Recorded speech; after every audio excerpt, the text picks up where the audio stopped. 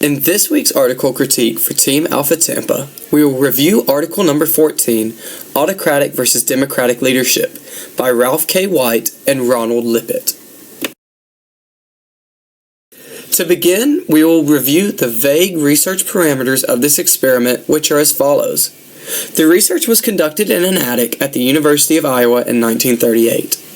There were groups of 5 11-year-old boys with one adult leader, while observers took notes to record the changes in behavior to varying styles of leadership as interesting activities took place. The explanation of the research is very vague and does not translate well to today's terms. If a research study was conducted today involving interesting activities with 11-year-old boys and one male leader in an attic, it would be thoroughly investigated by the authorities. We believe that there are many ways in which they could describe these details of the experiment in a way other than it was presented in the text. The 3 leadership styles presented in the text are autocratic, democratic, and laissez-faire. The autocratic leadership style is centered around command and control, in which the leader is the divine ruler. Work tasks are given one step at a time, so as group members do not know the future actions to take. The leader gives thorough and personal feedback to subordinates but remains free from group activity. This style of leadership resulted in hostility and aggression from the respondents, as it restricts individuality of thought and work processes. The research showed that 4 boys left the project due to this autocratic style of leadership. For the boys that made it to the end of the study, released behavior on the day of transition to a freer atmosphere suggested that the presence of previous frustration was abound. It was not surprising for us to see these results of submissive behavior, as this is a natural reaction when your leader is in full control and is acting in a dominant fashion. Democratic leadership is characterized by group activity and discussion. The workload is delegated by the members of the group, and the leader is very involved in these activities. The leader is objective and fact-based in critique of members and is active throughout the work process.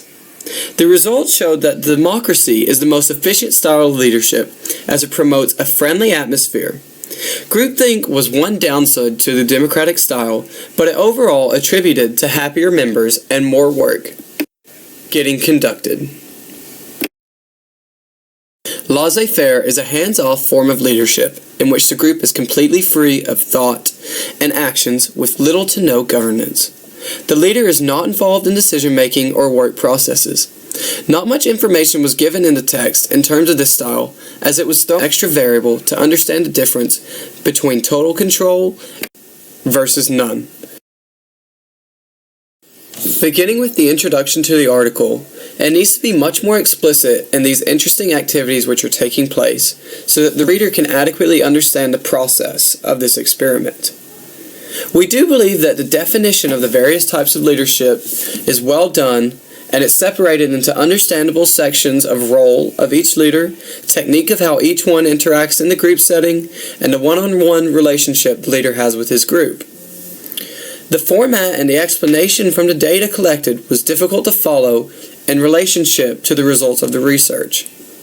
However, we did feel that the summation of the finding was very clear and well laid out. Although it was pretty generic, we could have used better labeled tables to record the data. The numbers in the tables 0 to 140 in Figure 1 and 0 to 400 in Figure 2 are not identified as to what these mean. But once again, these parameters are not identified. The author never gave any information on what the activities applied were during the experiment. The experiment's results were nothing different than what we expected. The summary turns out to be extremely repetitive when explaining the behavioral responses from the groups. Over and over, the same results showed up, and the author explains the results by simply stating the meaning of the words democracy and autocracy once again.